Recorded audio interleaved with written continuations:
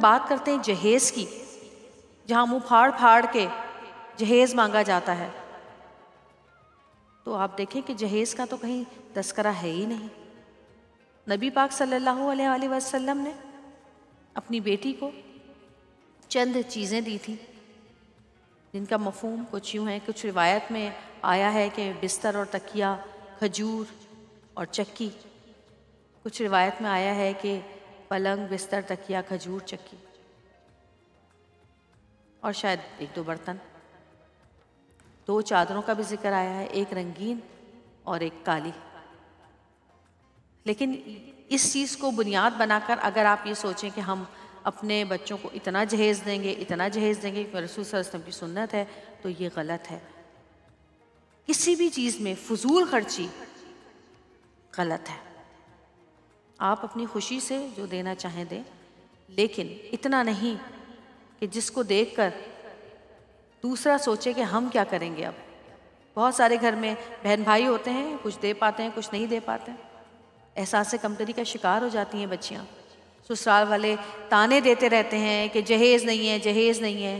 اگر ہم اپنے پاکستان میں ہی دیکھیں تو ملتان، اسلام آباد، شیخو پورہ، کراچی، کتنے ہی شہر ایسے ہیں جن میں پچھلے سال، اس سے پچھلے سال کتنے ہی لڑکیوں کو جلا کر مارا گیا، کاٹ کر مار دیا گیا، تشدد کیا گیا، صرف اس وجہ سے کیونکہ جہیز کم لائی تھی۔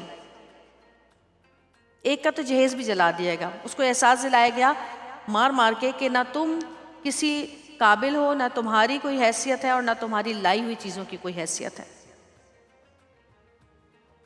کیا جہیز اتنا ضروری ہے کہ جس کے بغیر لڑکیوں کی شادی نہیں ہو سکتی؟ اگر جہیز کی لعنت ختم ہو جائے تو مجھے لگتا ہے کہ جتنی لڑکیاں گھر بیٹھی ہوئی ہیں نا، اس میں سے 99% اپنے اپنے گھروں کی ہو جائیں۔ قرآن پاک کی سورہ نساء میں آیت نمبر 4 میں مردوں کو حکم دیا گیا ہے کہ عورتوں کا جو مہر ہے خوشی خوشی ان کو دے دو۔ اور نبی پاک صلی اللہ علیہ وسلم کی حدیث کا مفہوم ہے کہ مہر کو آسان بناؤ، یعنی کہ بہت ساری خواتین ایسی ہیں جو مہر کی بڑی رقم لکھواتی ہیں، کروڑوں روپے، کہتی ہیں جی ہماری سیکیورٹی ہے، کروڑوں روپے لکھواتی ہیں۔ کچھ کم لکھواتے ہیں، لیکن مہر فوراً دے دینا افضل ہے، اور اگر عورت معاف کر دے تو آپ نہ بھی دیں، لیکن یہ عورت کا حق ہوتا ہے۔ ہمارے اسلام میں تو عورت کی سیکیورٹی کی بات کی گئی ہے، نہ کہ عورت سے پیسہ لینے کی بات کی گئی ہے۔